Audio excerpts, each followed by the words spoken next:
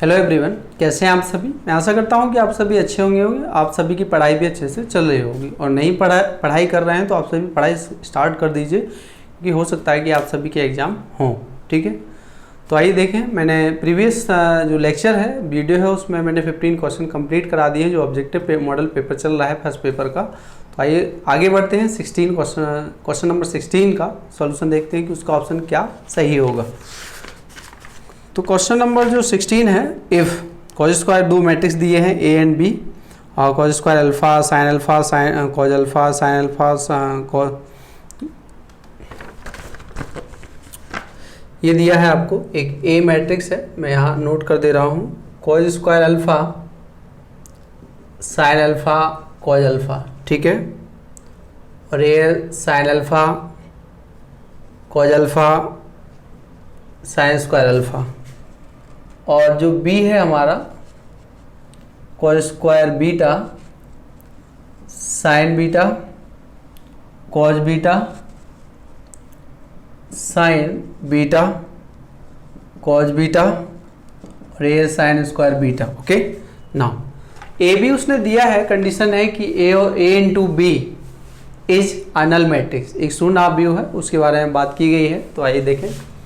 A B is equal to, it means 0 दिया है, तो दोनों का मल्टीप्लिकेशन करना है हमें। तो मैं डायरेक्ट मल्टीप्लिकेशन कर रहा हूँ। फर्स्ट का फर्स्ट, कॉज स्क्वायर अल्फा और cause square beta minus sine alpha sine beta cause alpha cos beta. ठीक है, मैं एक ही मल्टीप्लिकेशन कर रहा हूँ, बाकी नहीं कर रहा हूँ। 0 0 0 0। ठीक है, यहाँ भी कोई नंबर जब इसका मल्टीप्लिकेशन इसमें करेंगे तो कुछ और आएगा। ठीक है, फिर जब इसका इसमें करेंगे तो कुछ और आएगा, तो यहाँ भी एक नंबर टर्म आएगा, ये भी आएगा। तो आप सभी जानते हैं कि नल मैट्रिक्स, दो मैट्रिक्स जब इक्वल हैं तो उनके एलिमेंट भी कैसे होंगे, बराबर होंगे। देखें आप, ये इसके इक्वल होगा, तो इसमें से आप क्या नोटिस कर रहे हैं, कॉज अल्फा कॉज बीटा एक कॉमन आ जाएगा, तो cos alpha cos beta common, तो cos alpha cos beta minus sine alpha sine beta is equal to 0। तो यहाँ से ये 0 में चला जाएगा और कॉज अल्फा माइनस ये आ जाएगा, कॉज अल्फा प्लस माइनस है तो plus beta is equal to 0। अच्छा, यहाँ से माइनस, तो माइनस क्यों होगा, यहाँ प्लस होगा, ये प्लस है। ठीक है, तो इसलिए प्लस का है तो माइनस आएगा, इज इक्वल टू 0। तो अल्फा माइनस बीटा और बराबर 0, मतलब उसमें लिखा π/2 का मल्टीपल। तो आप सभी जानते हैं कि 0 पे क्या होता है, π/2 आता है, तो अल्फा माइनस बीटा बराबर π/2। ठीक है, मतलब π/2 2 2π/2 3π/2 4π, इस तरीके से हमें फाइंड होंगे। तो मल्टीपल किसका होगा, अल्फा माइनस बीटा π/2 का। और भी होंगे, जैसे एक जनरल टर्म भी लिख सकते थे कि 2n + 1 π/2, और एन फिर 0 से रखना शुरू कर देते, तो उस तरीके से हम फाइंड कर सकते हैं। तो यहाँ हमें एंगल फाइंड देखना था, तो अल्फा माइनस बीटा, इसका ऑप्शन नंबर हमारा 3 सही है। ठीक है, ये है ऑप्शन नंबर 3 हमारा सही है। अब है 17 की बात करते हैं कि for a given matrix A is equal to cos theta minus sine theta cos theta, which of the following statements holds good, मतलब कौन सा स्टेटमेंट सही से कंडीशन फॉलो कर रहा है वो हमें देखना है। तो देखिए, A is equal to A inverse for theta belongs to R, ये तो सही नहीं है कि सभी के लिए थीटा जितने भी आर हैं उसके लिए ए और ए इनवर्स बराबर आएगा, ऐसा कुछ नहीं कह सकते हम सभी। ठीक है, A symmetric for theta is equal to 2n + 1 π/2 and n belongs to I, ये भी सही नहीं है, वो हम चेक कर सकते हैं अगर n आप कोई छोटा नंबर ले लें तो। ठीक है, as an orthogonal matrix for theta belongs to R, ये एक ऑर्थोगोनल मैट्रिक्स ही है। ऑर्थोगोनल मैट्रिक्स का रूल क्या होता है, A into A transpose is equal to identity matrix. अगर आपको फाइंड होता है तो हम वी कैन से दैट कि the given matrix is an orthogonal matrix. Okay,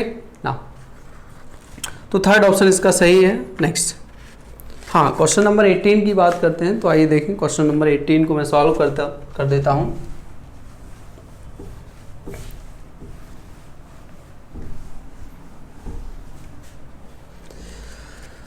question number 18 दिया है, a is equal to x 3 2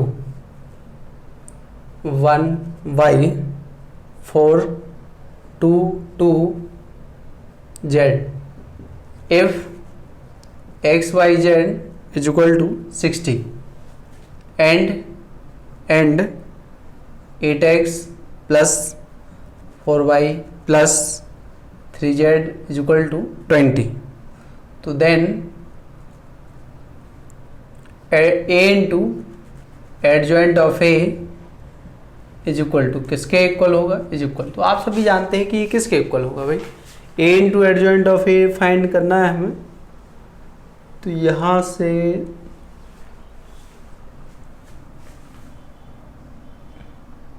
जैसे ए इनवर्स होता है एक formula adjoint of A upon determinant of A, तो मैं इसको इधर ले जा रहा हूँ, इसको इधर, मतलब ये किसके इक्वल होगा, ये होगा डिटर्मिनेंट ऑफ ए के बराबर। किसके इक्वल होगा, डिटर्मिनेंट ऑफ ए के इक्वल। ठीक है, तो आइए देखें क्या है वो, हम इसका डिटर्मिनेंट फाइंड कर ले रहे हैं। तो now determinant of A is equal to x 3 to 1/4 to z।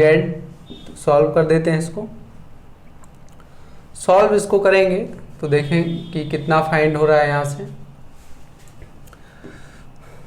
First है बाई जेड -8 -3 जेड -8 + 2 2 माइनस के 2y। Okay, now x y z -8x और 3z + 24 प्लस का 4 माइनस का 4y। ओके, ये है एक्स वाई हमें गिवन है कि ये 60 है और 8x और 4y है, 3z है। इन तीनों को साथ में रखें तो ये माइनस का 20 हो गया है, प्लस के 28 हो गया है। ठीक है, तो ये आ गया 68। तो डिटर्मिनेंट ऑफ ए कितना आया है हमारे पास, 68 आया है। क्या आया है, डिटर्मिनेंट ऑफ ए कितना आया है, 68 आया है। तो उसने ये पूछा है कि A into adjoint of A is equal to कितना फाइंड होगा, मतलब एक मैट्रिक्स फॉर्म पूछ रहा है। तो डिटर्मिनेंट ऑफ ए में आप देख रहे हैं, क्योंकि जब इस तरीके का क्वेश्चन आएगा तो डिटर्मिनेंट ऑफ ए, तो आप देख रहे हैं कि जो आइडेंटिटी मैट्रिक्स है, आइडेंटिटी मैट्रिक्स, ठीक, उसके डायगोनल पर ये जो डिटर्मिनेंट है वो आ जाएगा। मतलब इस डिटर्मिनेंट का मल्टीप्लिकेशन किस में होगा, आई एन में मल्टीप्लिकेशन होगा। ठीक, तो आई एन हमारा क्या होता है, एक आइडेंटिटी मैट्रिक्स 1 0 0 1 0 0 0 1। ठीक है, तो इसमें किससे मल्टीप्लिकेशन होना है, 68 से। तो इसका ऑप्शन नंबर आपका थर्ड हमारा सही हो जाएगा। तो ये हमारा आंसर सही है। नेक्स्ट क्वेश्चन नंबर 19 की आप बात करें तो क्वेश्चन नंबर जो 19 है वो देख लीजिए आप। ये क्वेश्चन नंबर 19 है। तो क्वेश्चन नंबर 19 है, if A is matrix such that a² + a + 2i = 0 then which of the following is incorrect. A is non singular, A not equal to 0, A is symmetric, या A inverse is equal to minus. Incorrect पूछ रहा है, क्या पूछ रहा है, incorrect. तो incorrect पूछा है तो गलत कौन सा है वो हमें चेक करना है। ठीक है, ए इज नॉन सिंगुलर, हाँ नॉन, ये सही है। Determinant of a non zero, वो भी सही है, क्योंकि किसी का इनवर्स फाइंड करेंगे तो वो कभी जीरो होगा ही नहीं। नेक्स्ट, और ए सिमेट्रिक ना, सिमेट्रिक के बारे में तो यहाँ कुछ नहीं कहा जा सकता है कि मैट्रिक्स कैसे सिमेट्रिक होगा, और क्योंकि यहाँ एक इक्वेशन दिया है तो वो सिमेट्रिक तो कभी हो ही नहीं सकता। ठीक है, ए इनवर्स भी सही है। तो मतलब यहाँ जो गलत आंसर है वो हमारा कौन सा गलत है, थर्ड ऑप्शन हमारा गलत है। बाकी 3 ऑप्शन जो गिवन है वो हमारा सही है। ठीक है, नेक्स्ट है कि हमें ये चेक करना है कि लेट a + 2b और 2a - b दो मैट्रिक्स दिए हैं, और then trace of a - trace of b। ठीक है, ट्रेस ऑफ a और trace of b eigen value जो होता है उनका जो सम होता है वो ट्रेस होता है। ठीक है, तो सबसे पहले आपको तो a और b फाइंड करने पड़ेंगे, क्योंकि यहाँ जो a + 2b दिया है और ये 2a - b दिया है। पहले आप इन सभी को सिंप्लीफाई करके एक एक अलग अलग मैट्रिक्स से a अलग फाइंड करें, b और अलग फाइंड करें, और दोनों उनसे फाइंड कर सकते हैं। जब वो a आ जाएगा तो a का आइगन वैल्यू फाइंड कर लेना, λ1 λ2 λ3, ऐसे b का फाइंड कर लेना। तो ट्रेस ऑफ a तीनों को जोड़ देना a के, डैश ऑफ बी, उन दोनों को जोड़ के, तीनों को जोड़ के घटा देना तो आंसर 2 आ जाएगा। ठीक है, ये है। नेक्स्ट क्वेश्चन नंबर 21 की बात करें। क्वेश्चन नंबर 21,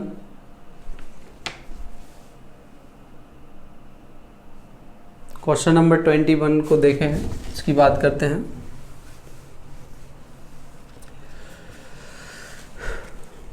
क्वेश्चन नंबर 21 में दिया है a is equal to 1 sine theta, 1 minus sine theta, 1 sine theta और -1 माइनस साइन थीटा और ये 1 0 थीटा, ये है 2 पाई। ठीक है, ये इसमें 4 ऑप्शंस गिवन है कि वो हमें देखना है कि क्या है। Determinant of a is equal to 0 and determinant of a belongs to 0 to infinity, मतलब जो इसका वैल्यू आ रहा है वो क्या है, 0 से इन्फिनिटी के बीच में आ रहा है, वो हमें देखना है। ठीक है, तो वो थर्ड ऑप्शन है कि determinant of a belongs to 2 to 4। ठीक है, determinant of a belongs to 2 to infinity, वो भी देखना है। चलिए देखें, इसका डिटर्मिनेंट मैं फाइंड कर दे रहा हूँ। Determinant of a is equal to, तो फर्स्ट है ये 1, तो 1 plus sine square theta minus sine theta, ये first minus sine theta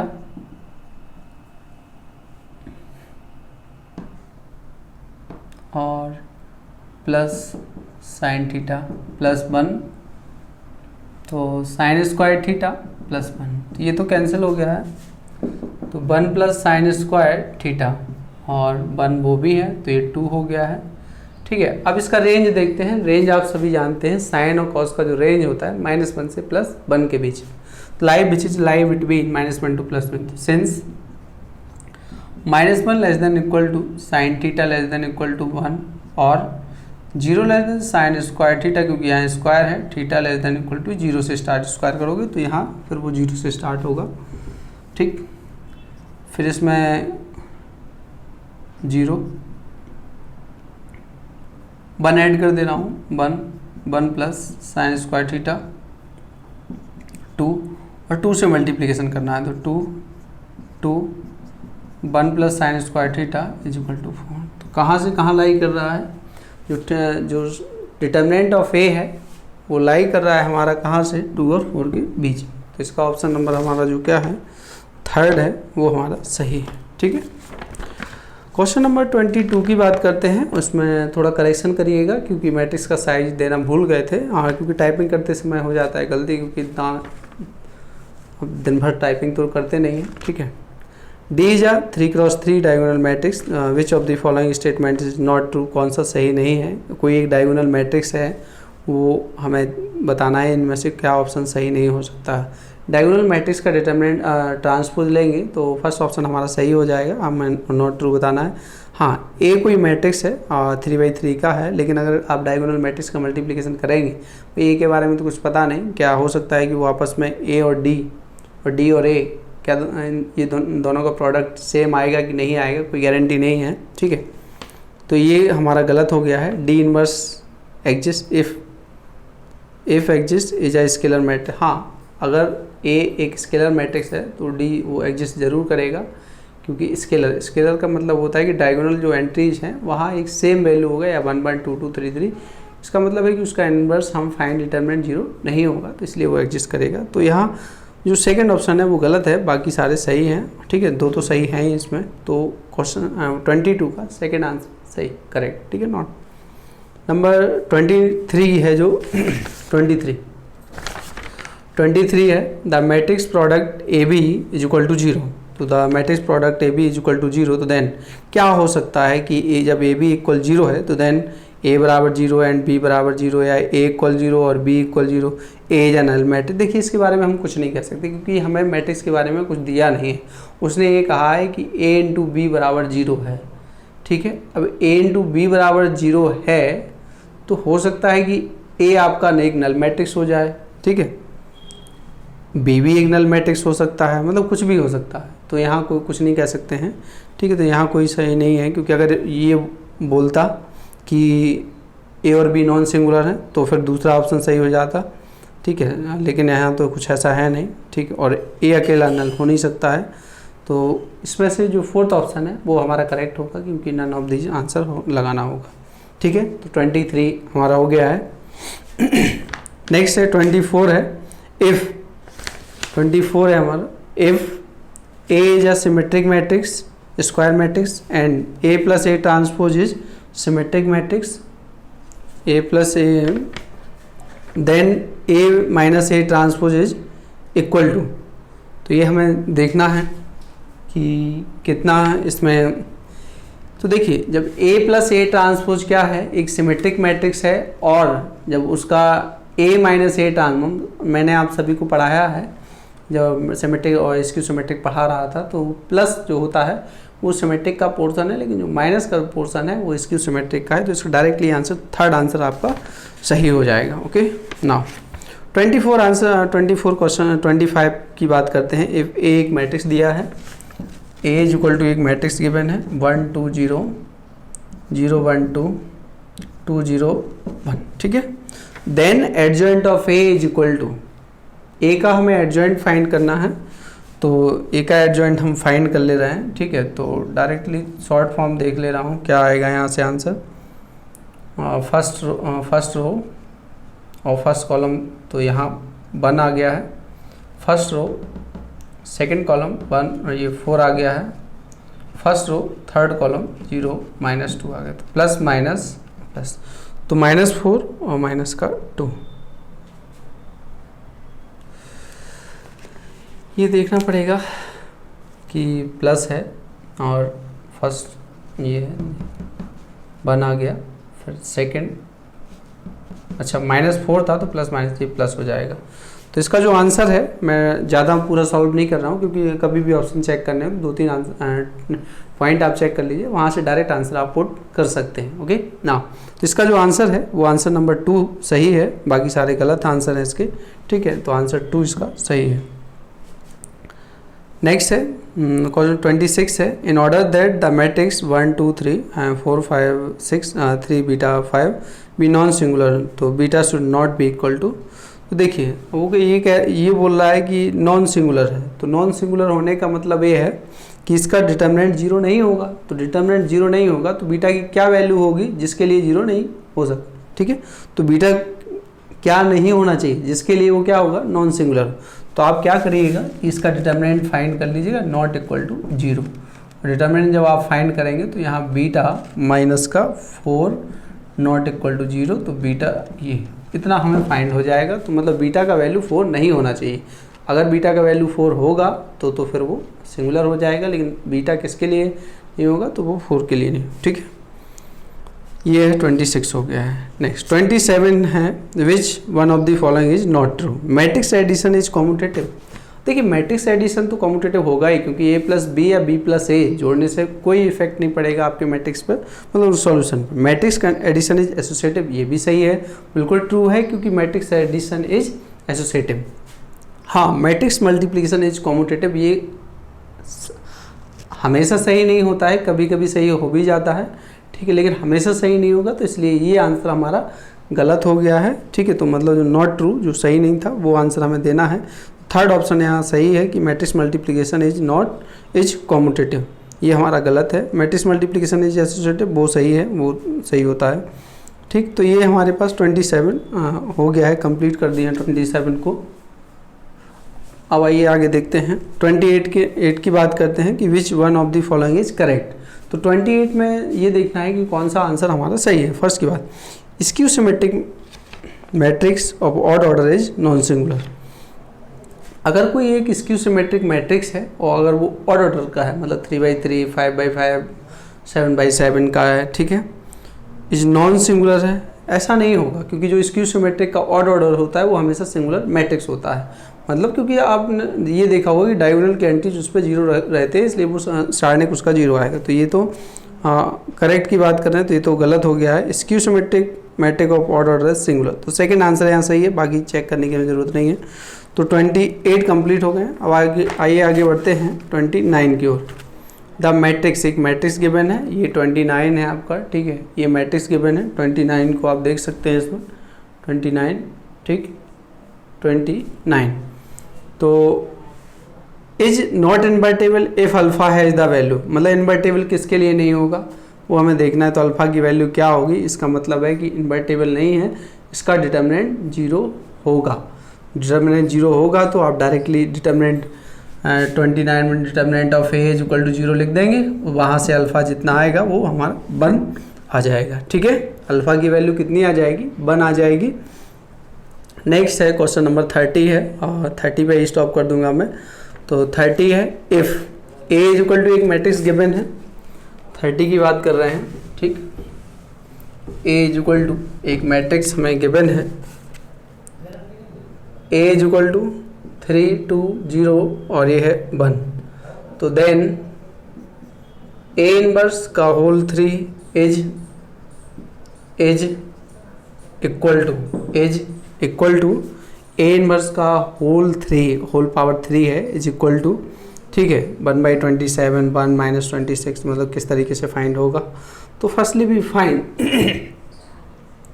A inverse इसका डिटर्मिनेंट फाइंड कर ले रहे हैं, क्योंकि ए इनवर्स फाइंड करना है तो डिटर्मिनेंट तो 3 आ रहा है, और ए पावर 3 करोगे 27 आना ही आना है। ए इनवर्स की बात कर रहे हैं तो ए इनवर्स में हमें एडजॉइंट ऑफ ए निकालना पड़ेगा। तो adjoint of A, firstly find adjoint of A is equal to, यहाँ से आएगा ये 1 हो गया है और 0 हो गया है, फिर फर्स्ट ये 2 हो गया है, ये 3 हो गया। ठीक है,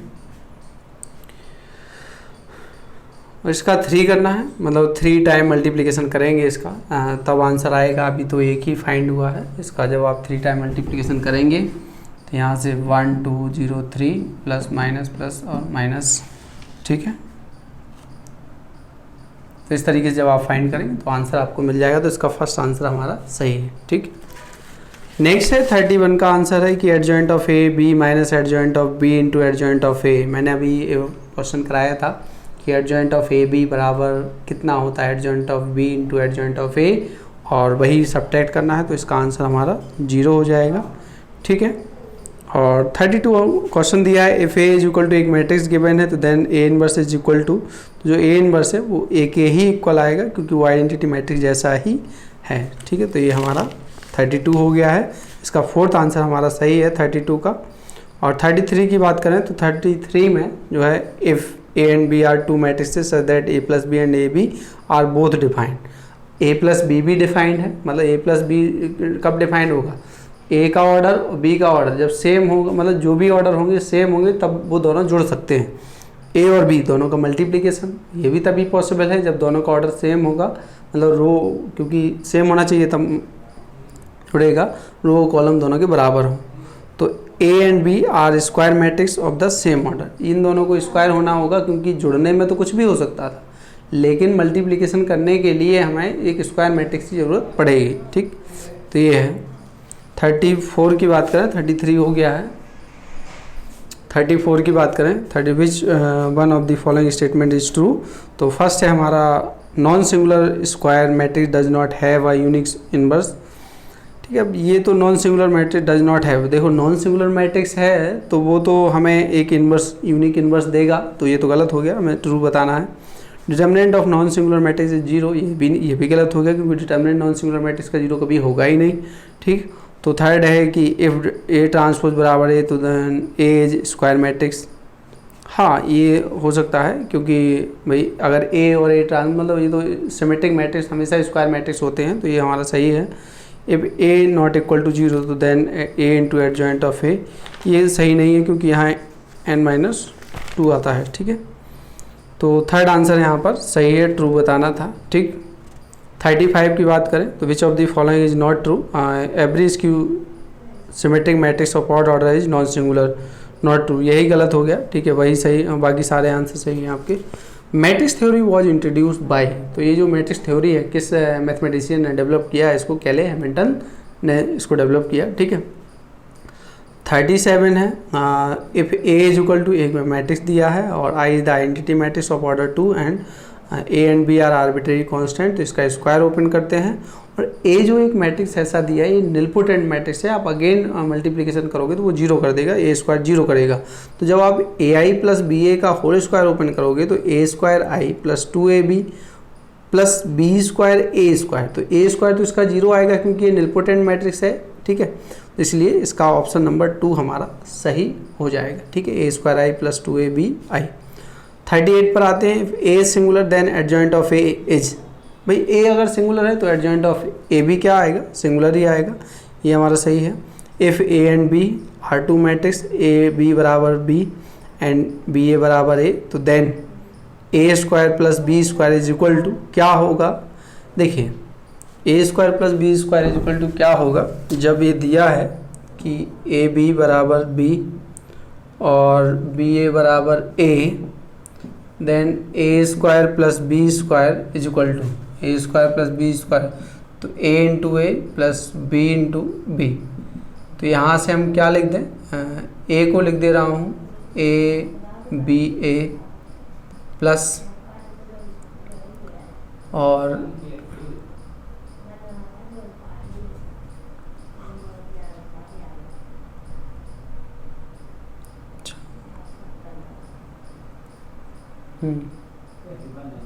बी इंटू ए बी, ठीक है। तो यहाँ से क्या आ जाएगा, ए स्क्वायर प्लस बी स्क्वायर, ठीक है। ए स्क्वायर प्लस बी स्क्वायर, इसको आप सॉल्व कर सकते हैं, ए प्लस बी ही आएगा क्योंकि ए बी बराबर आपको बी दिया गया है और बी ए बराबर ए दिया गया है, ठीक है। तो जहाँ भी ऐसा मिलेगा तो इसका थर्ड ऑप्शन आप रख लीजिएगा। और रही बात उसकी, तो आप ऐसा कर सकते हैं कि 2x2 के मैट्रिक्स लेके इसको काउंटर एग्जाम्पल से देख भी सकते हैं। इसका थर्ड ऑप्शन सही है। लास्ट 40 पे कर देते हैं stop. A and B are n row square matrix such that A B बराबर 0 and B is non singular. अब देखिए यहाँ उसने एक कंडीशन दिया है, अभी ऐसा ही क्वेश्चन और मिला था हमें कि ए बी बराबर 0 and B is non singular, तो बी एक नॉन सिंगुलर है। इसका मतलब है कि बी का हम डिवाइड कर सकते हैं, ए बी बराबर 0 दिया है और ये बी कैसा है, बी नॉन सिंगुलर है। इसका मतलब है कि बी को डिवाइड कर देंगे तो ए हमारा क्या आ जाएगा, 0 आ जाएगा। तो हमारा ए इज इक्वल टू 0, ठीक है। तो इस वीडियो में इतना ही, आप सभी टिक कर लीजिएगा। 40 कंप्लीट करा दिए हैं, बाकी नेक्स्ट वीडियो में। Thank you.